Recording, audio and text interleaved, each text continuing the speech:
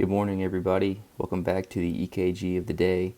My name is Reid. If you really enjoy this content, please feel free to subscribe for more. You'll probably notice here that I've got a new format for these videos, and what I wanted to do is to create a format that, one, I could make this blank PDF that you can download. So go ahead and check out the notes to this video, and you can download this video PDF so you can follow along. And also I wanted to just organize things. You can see my general approach to EKGs on the bottom. I've got the heart on this upper left portion of the screen so that if I need to discuss some cardiac conduction principles as I'm going through this EKG, we can do that. So I hope this really helps you guys. Give me some feedback in the comments on ways that you think this could be better. So let's go ahead and get started with this EKG.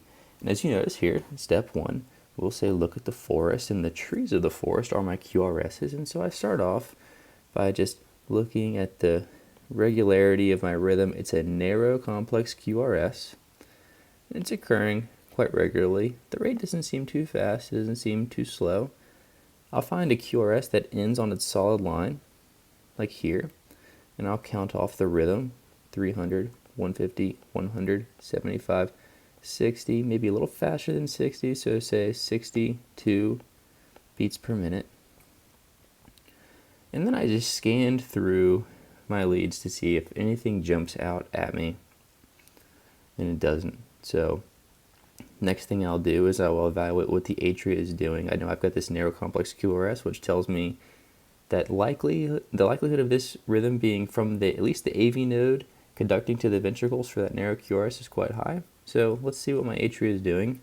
And I look in front of my QRSs here, and I don't see much of a P wave, but I know that P's can be tricky and sometimes small in amplitude, so I scan throughout my precordial leads. I'm not seeing any atrial activity that appears to be occurring before the QRS, which is odd. And so in the setting of a narrow QRS without a P wave, I might be thinking to myself, is this a junctional rhythm? And when I say junction, I say the AV junction, right? If I come over here to my heart, the AV junction. And so we know that these junctional cells, and usually we think of junctional cells, they are able to fire off at a rate sometimes. They can create this junctional escape rhythm. And what are some ways that I can evaluate for this junctional escape rhythm? Well, one, it must have a narrow complex QRS, or the QRS must be the same morphology as the baseline QRS. And two, there cannot be any atrial depolarization that causes it to contract, because then that would be a supraventricular beat. And so when I look at this, you'll notice just after these QRSs, if I zoom in, say, on lead 2 here, what you're going to notice is I've got this funky, sharp looking wave just after my QRS, and it seems to be different than my normal T wave. Right? If you look here in lead V1, I've got this nice T wave, but I've got this sharp deflection there. So something whenever you're looking for atrial versus ventricular depolarization, this will be our first takeaway, is that P's are sharp,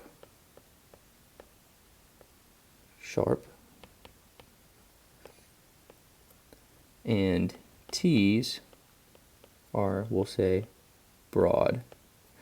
And so sometimes that's the best way for me to determine the difference between a P and a T, is you see this T wave is nice and sharp, or is broad, and our P wave sharp. So what I'm seeing is I'm seeing a P wave occurring after the T wave, or excuse me, after the QRS. And when P waves occur after a narrow QRS, you might think, okay, is this a AV block? What is going on? Well, we see that let's look at the morphology of the P's. The P waves, if I look in the inferior leads, which are 2, 3, and AVF, what you'll notice is that they are negative deflecting in our inferior leads. And remember, my inferior leads are measuring positive forces coming towards them. So if my P waves are negative, I'm having a P wave that is going from inferior within the atria to superior. So this would be what I would call a retrograde P wave. And so in the setting of a retrograde P wave occurring very soon after a narrow QRS, what I can infer, so if I come over to this heart diagram, is that we're having a junctional rhythm. So we're having a junctional rhythm, and within the junction itself, this junctional rhythm is occurring closer to the ventricles. So it's firing off at the junction, that's firing, and then it's sending signal down to the ventricles, causing our narrow QRS, but at the same time, it's sending retrograde signals up the AV node and depolarizing the atria just a split second later. And so we know that this ectopic focus is coming from the junction. It's actually coming lower within the junction. And so a takeaway here is that if the P wave occurs after the QRS in this junctional rhythm, so in a junctional rhythm,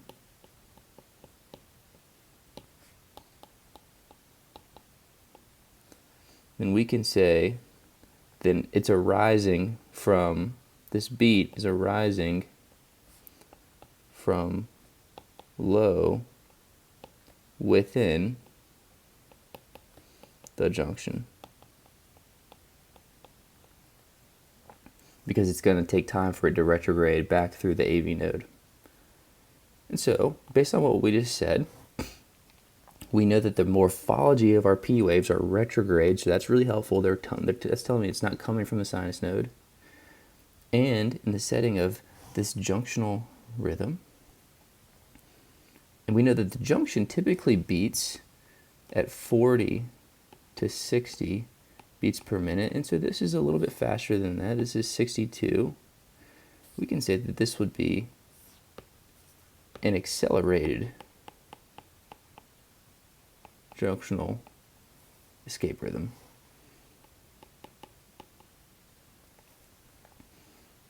And so we're not done yet. Let's just take a look at the QRS morphology and make sure that everything else is looking squared away on the EKG. I see my QRS is upright in lead 1. It is upright in AVL or AVF, which is right here, which means that my QRS axis is going down and to the left. So that's a normal QRS axis. I want to measure my intervals. I don't have a PR interval because my P's are not occurring before my QRS. My QRS duration, like we said, was narrow, and you can see, we can confirm the QRS is narrow. It is less than 120 milliseconds. So that adds to our case of it being a junctional escape rhythm.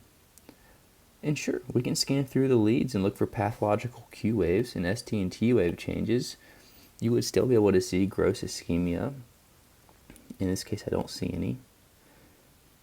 My QT interval, I like to eyeball my QT intervals. What you can do is you can actually just measure halfway between an R to R interval, and right around the midway should be where that Q or that T wave ends, and so you can kind of eyeball the QT and see if the QT is prolonged, because we know that the QT interval does change with rate. And so now that we've gone through everything, we've evaluated our atria, our ventricles, our AV node, we've evaluated repolarization, we can put it all together, and we can say that this is a accelerated junctional escape rhythm at a heart rate of 62 beats per minute. So I hope this video helps, and yeah, send some questions in the comments, and take care.